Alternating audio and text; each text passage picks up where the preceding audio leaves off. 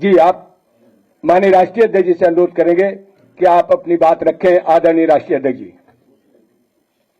इस मौके पर आज जो समाजवादी पार्टी में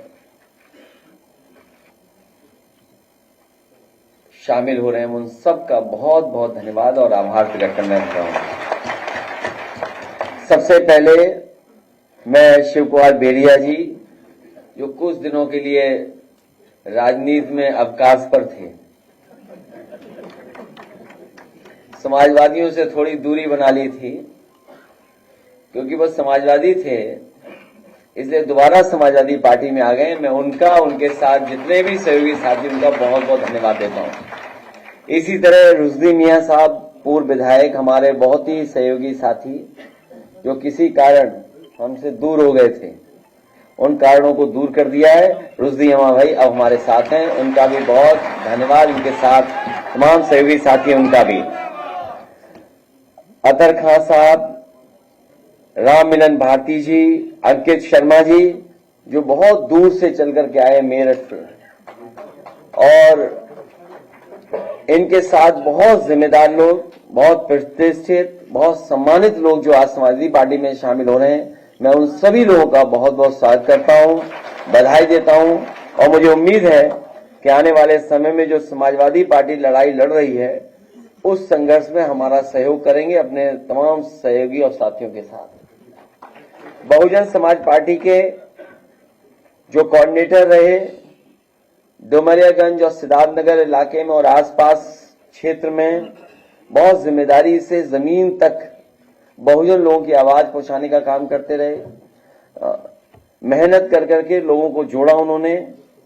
मैं उनका बहुत बहुत धन्यवाद और स्वागत करता हूं।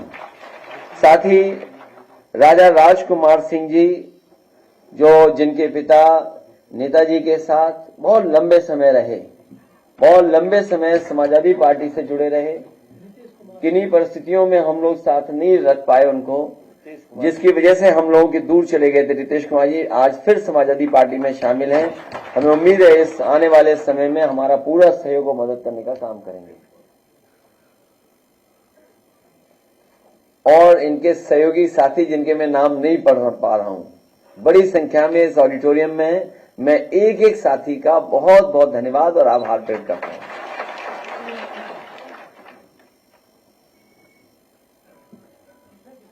सर आज आप ज्वाइनिंग करा रहे, कल के दिन लखनऊ में बीजेपी और कथित तौर पर जो यादव समाज के लोग उनकी तरफ से कार्यक्रम कराया गया। मनीष यादव नाम के युवा थे, मुख्यमंत्री मोहन यादव को बुला के कार्यक्रम रखा। मोहन यादव ने सीधे सीधे चैलेंज आपको किया, जो बातें उन्होंने कही कि आप आएंगे किसी एक परिवार की नहीं है, समाज के लोग किसी एक से नहीं जुड़ा हुआ। कैसे देखते हैं आप उनकी बात? ये सब मैंने जब आपके साथियों ने मुझसे सवाल पूछा था, ये बहुत पुरानी ट्रिक है और बीजेपी होशियार है। बीजेपी और बीजेपी के जो थिंक टैंक बड़ा होशियार है। कब कौन सी चाल चलनी है, कब ढाई चाल चलनी है, कब प्यादा चलना है। लेकिन हमारे पास बहुत सारे वजीर हैं, आप इनको पहचानते हैं?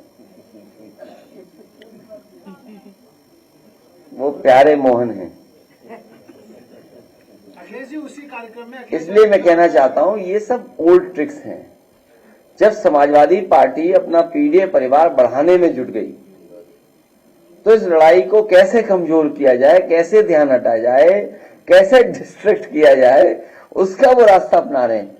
लेकिन आपको दूसरा पहलू देखना चाहिए कि भारतीय जनता पार्टी के अपने ही लोग जिन्हें टिकट दी, कोई ना कोई बहाना ढूंढ रहे हैं, कोई ना कोई तरीका बता रहे हैं, या कोशिश कर रहे हैं कि उन्हें टिकट ना मिल जाए।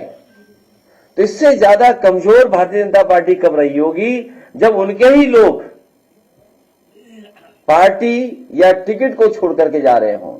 और फिर भारतीय जनता पार्टी को याद रखना चाहिए कि सिर्फ पेपर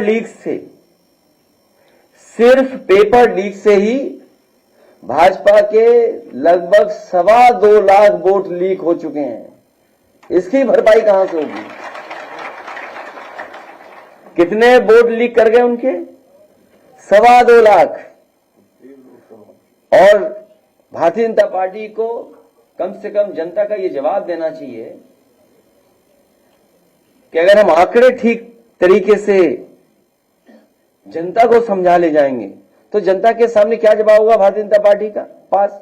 क्या 1 लाख किसान आत्महत्या कर चुका जब से भारतीय जनता पार्टी सरकार में आई है। 1 लाख किसान, और आंदोलन के तहत जिनकी जान गई वो भी हजारों हैं। ये वो लोग हैं जो 3 काले कानून लाए थे। कितने किसान शहीद हो गए, और आज भी किसान आंदोलन कर रहा है और एमएसपी मांग रहा है। क्या एमएसपी देने का इनके पास कोई रास्ता है?